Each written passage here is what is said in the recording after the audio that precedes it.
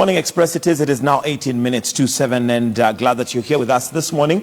And well, we'd like to have a discussion right here this morning. And joining me to have that discussion is Honorable Phyllis Kandie, the Cabinet Secretary for Ministry of East African Community, Labour and Social Protection. Good morning, and thank you for joining us this early. Do you normally get up this early? No, I don't. But yes, it was nice driving down and there's no traffic. And there's no traffic. Yes, no, that's the advantage of starting off at very early, which is something I enjoy. But by the time I leave, then traffic has started. But anyway, good to have you. Yeah. And well, we're going to be talking about the launch of the single registry. But before we get there, we do know that social protection is a key element of government of Kenya. But maybe just for us to understand what exactly the government means, or what we mean when we talk about social protection, what does that entail? Basically, social protection is policies and actions that the government does to cushion the very vulnerable in our society. If you look at social protection, it actually comes in three parts. There's a social assistance, which is being managed by the Ministry of Labour, and I'll explain in a minute what that means. And then there's health insurance, which is being managed by the Ministry of Health under NHIF. And then you have Social Security, which is being managed by NSSF. And these are contributory, benefits. But the one that we manage under social assistance is really cash transfers. We call it Inua Jamii, to the very vulnerable members of our society, to really cushion them from extreme poverty. And therefore, we transfer funds directly to orphans. We transfer funds directly to older persons. And we also transfer funds to, the disabled amongst us in society. Okay. So this program, when Jubilee came into power in the year 2013, we had about 50,000 persons or households benefiting from this program. In the Jubilee Manifesto, they promised that they will increase this number, and their target is 1 million households. I'm very happy to announce that indeed we have done 70% of what Jubilee promised, and currently we have 714,000 households benefiting from this program. And therefore, every year, the government has been increasing the amount and the number of beneficiaries. And currently, we get 18 billion Kenya shillings coming from the Treasury to benefit in the 47 counties. Now, when we talk about the most vulnerable, what's the system that the government uses to establish? Because again, this could also be a system that could easily be abused. Yes and no. This program, we're actually partnering very well with other, development partners like the World Bank. We have developed a program to target these very vulnerable members of society. Essentially, the program is meant to be a bottom-up approach. Because if in Oma Bay, for example, I wouldn't know who is poor there, but the community around that location would know. So essentially, that's how it should work, and it should work very well if the committees on the ground are working and they're empowered. So that's what we are doing. I want to admit that yes, we have issues. The initial targeting had problems, and that's what we are trying to do now. We're trying to clean up. We're trying to work with the local leaders to really clean up this list. And therefore, we work with the local members of parliament, we work with women representatives, we work with, commissioners on the ground, local administration. We work with church leaders so that really they are the ones to identify these very vulnerable members of the society. Okay. So I would think in the future, as we continue to clean up, then it's a program that will continue to be very, very successful. But just to say that, it's in terms of benchmarking, this is one of the most successful social assistance program in Africa. And we get a lot of countries coming in to see how we've done it. Okay.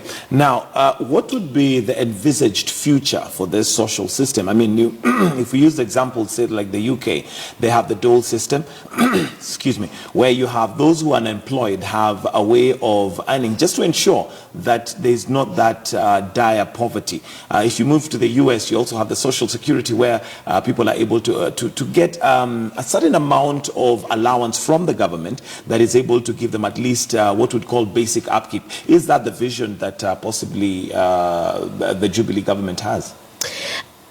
Let me answer it this way. You know, for any government, really, we would like, you know, the economy to improve to a level where, you know, everybody can really work hard and earn their own income to meet their own very basic needs. Right. But you know that that's not possible in any society.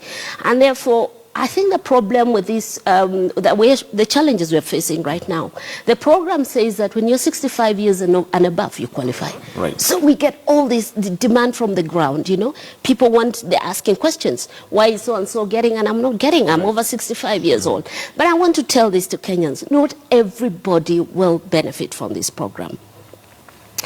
And very basic things that will come and look at a household. If you have 2 or 3 children or 1 child working, really you will not qualify. There are some households that have no children at all that are working or they have no income. Those are the ones we're looking at. So I think these are the things that we continue to explain to our communities, that when you reach 65, please, you know, you also need to, if you still have some sort of income coming through. That would technically disqualify you from exactly. And I think this is a big challenge that we're getting. But the government is committed. As you know, obviously, we only have a certain amount of budget that is available during the year, during any budget year. And we have all these demands, infrastructure, we have security, you know, that things that the government has to take care of. And therefore, as the government continues to allocate, you know, funds to this program, I think it's very, very important that not everybody will get it. And therefore, the Jubilee government committed itself that by 2017, we would have actually increased the program from 50,000 to 1 million households. You're looking at almost 700% increment. And the government and you've mentioned that you've now achieved about 70%. Which do you think you'll have achieved the 100% by the time we get to 2017? What's the gap that's remaining, and how long do you think that will be fulfilled? The gap obviously is 30%. We're still discussing with Treasury whether we would get an increment this year. But as I said, you know, we're all competing for one basket of funds from Treasury. Our vision was, or our target was to actually get to the 100% by next year, and we're still determined to do so. Okay. Now, one of the things that would cause somebody to be in that kind of a situation, despite the fact that maybe during the productive years they were working, would be lack of information and knowledge of how to invest or how to get into a program so that you're able to get a pension when you know you get to a point where you retire. Is the government doing anything for that part of civil education to ensure that people are aware, so that we're not also breeding a culture of people depending on the government when now they get to retire? Yes. Just to talk a little bit about what NSSF is doing. As you know, we have a new act that last week, I'm very, very happy that Court 2 had taken the act to court, but they've actually allowed us to, the act allows the employers to increase the contribution from members into NSSF.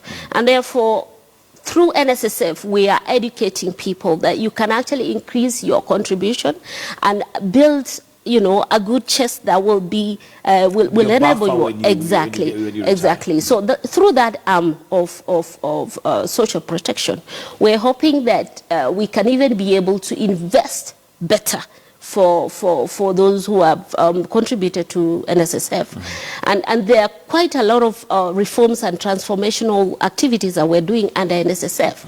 And I think if we go the way we're going, for example, we want to really focus on even investing in infrastructure projects within NSSF, again, to really increase the return on investment into NSSF. So with those reforms, I think that would be something that we want to encourage people, we want to educate people to contribute more to NSSF, so that now when they retire, you know, they have some good amount that they can depend on. And Exactly. live a decent life even after retirement. Yeah. You mentioned that World Bank is one of the partners, and of course this is a huge project in terms of how much it gets from the coffers. Do you have any other partners, and how is it going to be sustainable over time, especially now that we're increasing the number of beneficiaries? That's a big question that Treasury keeps asking us. We have to really now tackle the issue of sustainability in this program. How do we, I think there are more questions now than answers, and we're looking at it as we transform the program. How do we win people out of the program? Correct. Yeah? Because really, if one of the benefits, and I've gone to the ground to meet these people, they've managed to actually acquire basic assets that maybe some people take it for granted, but really they didn't have it before. You would find somebody has increased their livestock within the compound. They are paying school fees for their grandchildren. These old people. They've managed to acquire, they can pay for basic things like school books. They can even go to hospital, and they have some money and so forth, and of course basic food. And therefore we need to find a way of actually winning these people out of the program. So that's a big question right now that we're working on, and perhaps next time we meet I'll be able to tell you exactly. So far the only partner that we have is the World Bank, and possibly what people give towards in terms of contributions. The World Bank supports us up to 15%. Actually, the bulk of the money comes from Treasury. 85%. Wow, it's a huge government commitment to this program. Let me also say that even the World Food Program, you know, the hunger, food for hunger, is part of this program. It's part of social assistance, but of course we don't manage it, but we work together.